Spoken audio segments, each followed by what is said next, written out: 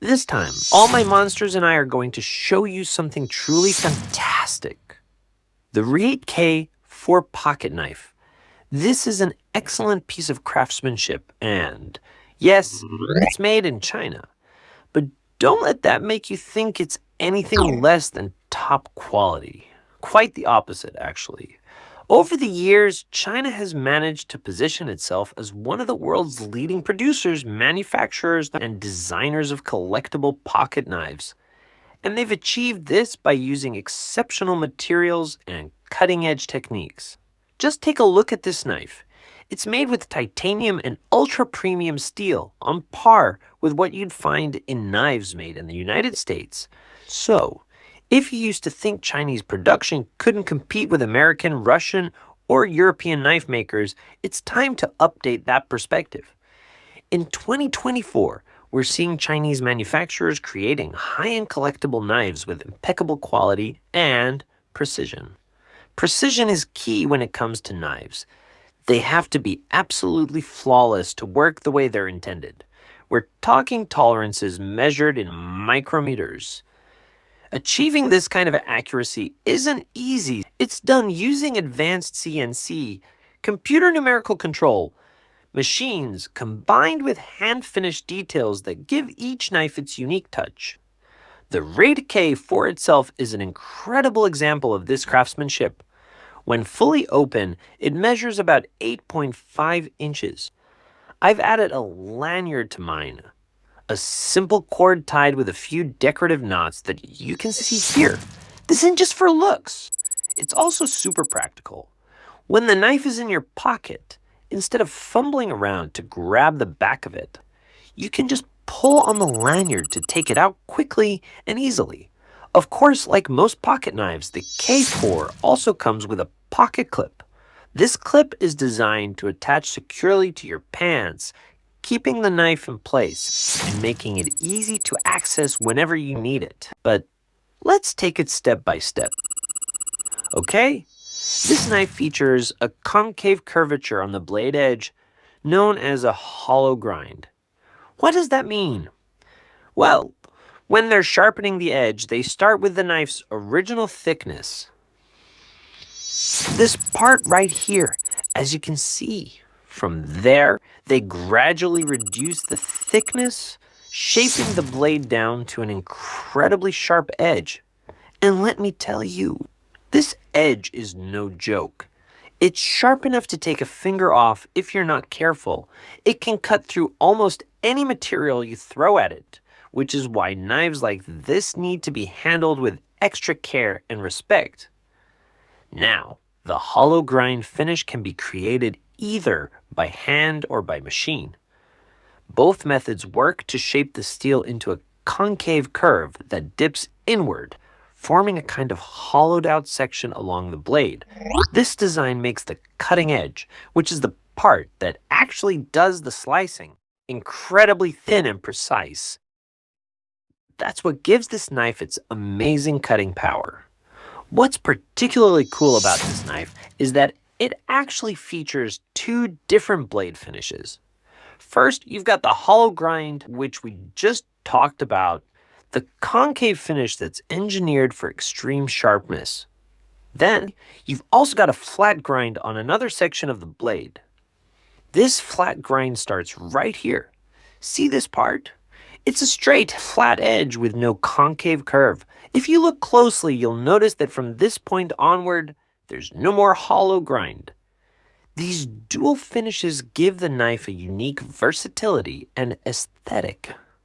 The combination of a hollow grind for precision slicing and a flat grind for strength makes this blade incredibly functional and well-rounded. It's a perfect example of the attention to detail and craftsmanship that goes into creating high-quality knives like this one. Whether you're using it for practical tasks or simply admiring it as a collector's piece, it's easy to see why this blade stands out. This is an inward cut, but it's flat. If you touch here, you'll notice it feels like a tiny little dip, almost like a small pool in this area, and you'll find it on both sides of the blade. However, when you get to the tip, it's a different story. The tip doesn't have that concave shape. Instead, it's more like a ramp that gradually narrows down evenly. There's no hollow grind here at the tip. Now, why is that? Why do they design knives this way? Well, primarily, and like I mentioned before, it's all about improving the cutting performance. The flat grind at the tip is specifically made to make the blade much more durable when it comes to puncturing tasks. For example, if you're working with materials that require stabbing motions, this design ensures the tip is strong enough to handle it. If the tip were made thinner, we'd run into a lot more issues. For one, it would be more likely to chip or develop those little dents or teeth along the edge. You've probably seen this happen before, especially with kitchen knives. Think about when you've been cutting something tough, like a piece of meat or a chicken.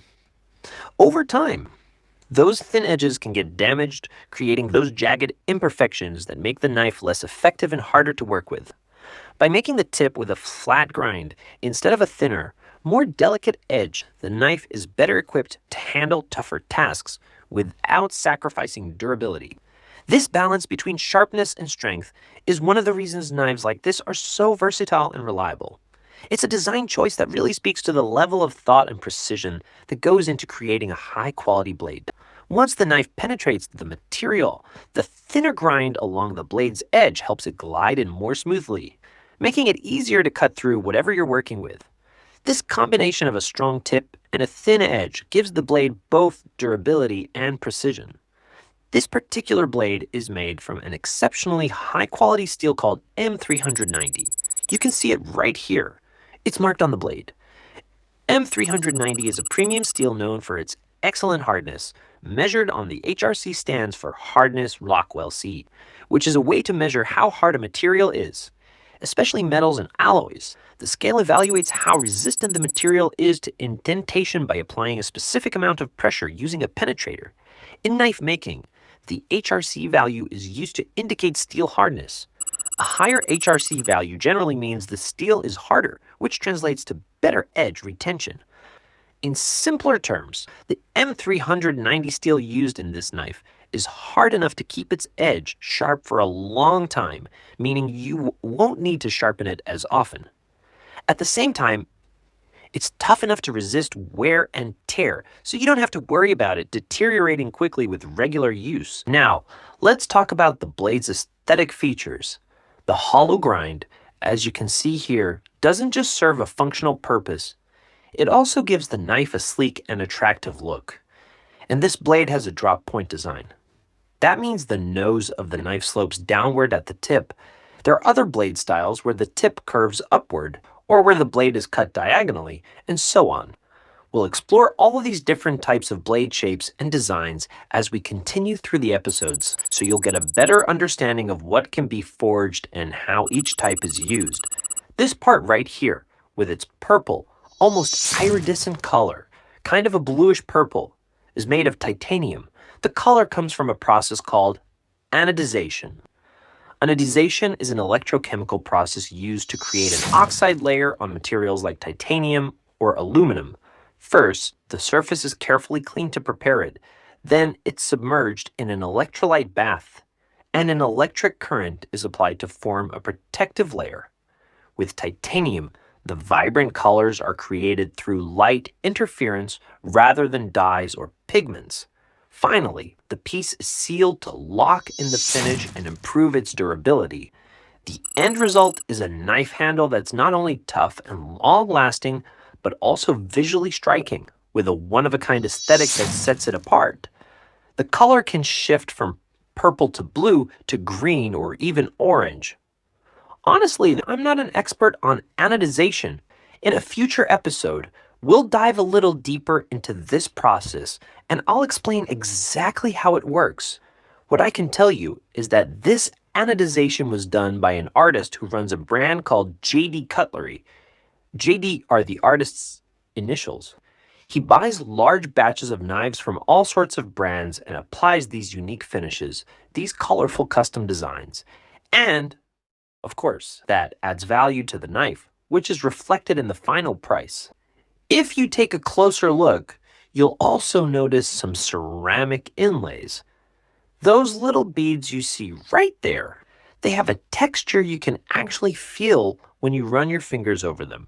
It's a purely decorative detail, but it adds a nice touch to the overall design. The ceramic they use is shiny black, very similar to zirconium, which gives it that glossy, high-end look. You'll also see these inlays on the other side of the knife, as you can see here. Then we have the millings. In knife making, milling refers to the machining process where a rotary tool is used to shape, cut, or engrave details into the material of the knife.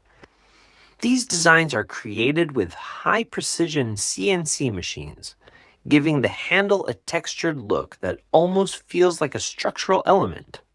While these details are mostly decorative, they really enhance the overall aesthetic of the knife and give it a distinctive, polished look. Here we've got some texture on the blade, which is called jimping. In knife making, jimping refers to the grooves or notches carved into the spine of the blade or other parts of the knife, like the backspacer. These notches are specifically designed to give you better grip and control when using the knife, especially for tasks that require precision and focus. That said, this knife isn't really made for extended use over long periods of time. If you're working on something for an hour or two, for example, you might find that your hand starts to slip a bit, and you'll probably need to think about switching to a different kind of knife. If you're planning to use a knife for longer tasks, you'll likely want one with G10 scales. G10 is a high-strength fiberglass composite material that provides excellent grip and durability. There are also other handle materials like rubber, wood, polycarbonate, steel, and, of course, titanium. Some handle materials have a rougher texture to give you an even better grip, which is especially useful for longer, more demanding jobs. Now, let's talk about what makes this particular knife unique. If you look closely, you'll notice these small inlays right here. That material is called Damascus steel. Damascus is a special type of steel that's known for its distinctive patterns, which look like layers of contrasting shades of gray. It's not just functional, but also adds a really beautiful aesthetic to the knife, making it stand out in any collection. This steel, of course, is a type of alloy that's created by layering different materials together. Think of it like making a layer cake, right? When you cut into it, you can actually see those layers. It gives the steel a really unique and attractive look. It's definitely decorative, but it's also a very strong material. It's still steel, after all. Now, as I mentioned, this is called Damascus steel. It's commonly used in knife making because it adds a special, almost artistic quality to the knife, making it more desirable for collectors. This particular knife also features a pocket clip that's quite sturdy. In this case, the clip hasn't been anodized. It's made of titanium and shows off its natural color. Titanium has a shade that's pretty similar to steel, as you can see here. You'll also notice the pivot, the small central piece that helps the blade rotate smoothly. On this knife, the pivot is made of Damascus steel as well, and you can see those same beautiful layered patterns on both sides. These are the kind of details that make a knife not only functional but also visually appealing. Now, let's talk about the screws. The screws used here are the standard Torx type, and this one looks like a T8. Torx screws are great, but you do have to be careful when tightening them. Over-tightening can strip the screws, and that's a real headache because finding exact replacements for knife screws isn't always easy. You might think there's something you can grab at any hardware store, but that's not always the case. It can be a real pain to track down the right size or type, especially since manufacturers often use custom dimensions. So, when you're assembling or adjusting your knife, take it slow and don't overdo it. What else? Let's move on to the backspacer. This part here, the silver section between the handle scales, is called a backspacer, and it's also made of titanium. I mentioned earlier that backspacers are generally used to add a bit of weight to the handle, creating balance in the knife. In this case, the balance point of the knife is located right under the pivot, making the K4 a very well-balanced knife overall. Even with the lanyard attached, which adds a bit of extra weight at the end, The knife still feels perfectly stable in hand. Speaking of comfort, this knife is incredibly comfortable to hold. The pocket clip, although sleek and minimalist, doesn't dig into your hand when you grip it. It's designed to sit flush against the handle.